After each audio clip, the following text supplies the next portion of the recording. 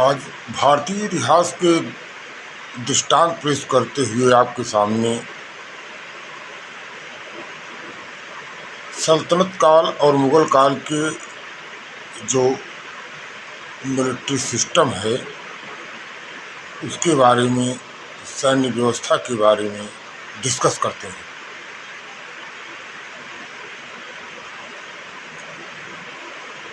इतिहास में एक उद्धरण आया है कि फिरोज तुगलक ने अपने एक सैनिक को खजाने से एक सोने का सिक्का राजस्व अधिकारी को घूस देने के लिए दिया था।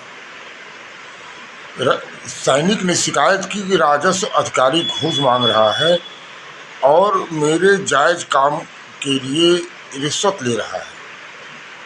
तो दिल्ली का सुल्तान ₹1 सोने का सिक्का निकालकर उसे घूस के लिए प्रोवाइड करता है। देखते हैं सल्तनत काल का सिस्टम कैसे था कि एक सैनिक को अपने कार्य के लिए भी घूस देना पड़ता है। एकता प्रणाली सल्तनत काल से जागीरदारी सिस्टम प्रारंभ होती है, जिसमें सैन्य सेवा के बदले पीस ऑफ लैंड जो है एक जागीर दी जाती थी, जो सैन्य सेवा के बदले वेतन के रूप में दिया जाता था। अलाउद्दीन खिलजी ने इसको समाप्त करने का प्रयास किया, परंतु फिरोज तुगलक ने आकर इसे पुनः स्थापित कर दिया और सल्तनत काल के पतन के बाद मुग़ल काल आने पर सम्राट अकबर ने इस जागीरदारी सिस्टम को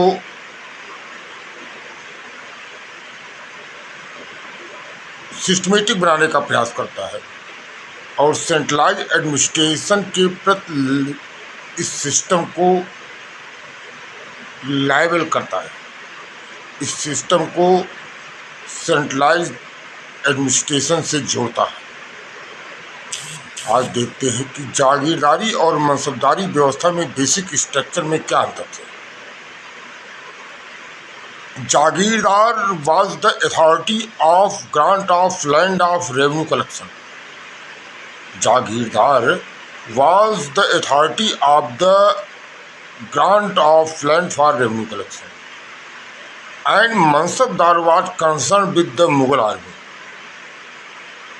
दूसरा अंतर था कि जागीरदार was concerned with the governance and revenue collection, and mansabdar was concerned with the military system.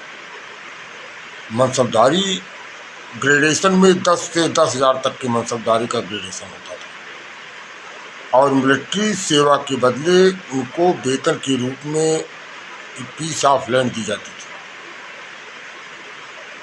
Jagirdar had to maintain a group of forces of facing accidental challenge, but maintaining number of troops was mandatory responsibility of the Mansabdar.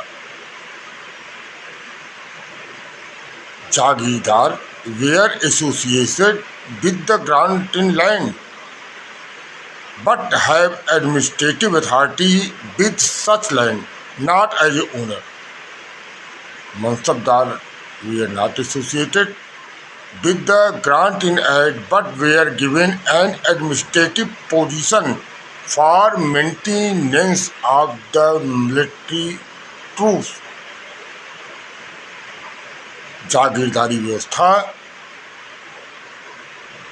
और मनसबदारी व्यवस्था में अंतर यह जागीरदारी व्यवस्था से मनसबदारी व्यवस्था को और भी रिस्पॉन्सिबल बनाया गया।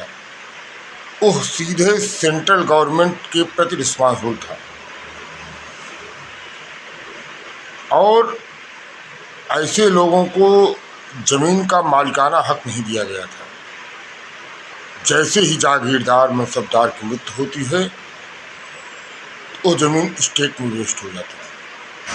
परंतु मुग़ल साम्राज्य के पतन के बाद धीरे धीरे इस सिस्टम जो है अस्थायी हो गया, वंशानुगत हो गया। आज इसी पर हम अपना विचार समाप्त करते हैं। फिर अगली बार किसी ऐसे ज्वलंत मुद्दे पर फिर से हम लोग मिलेंगे।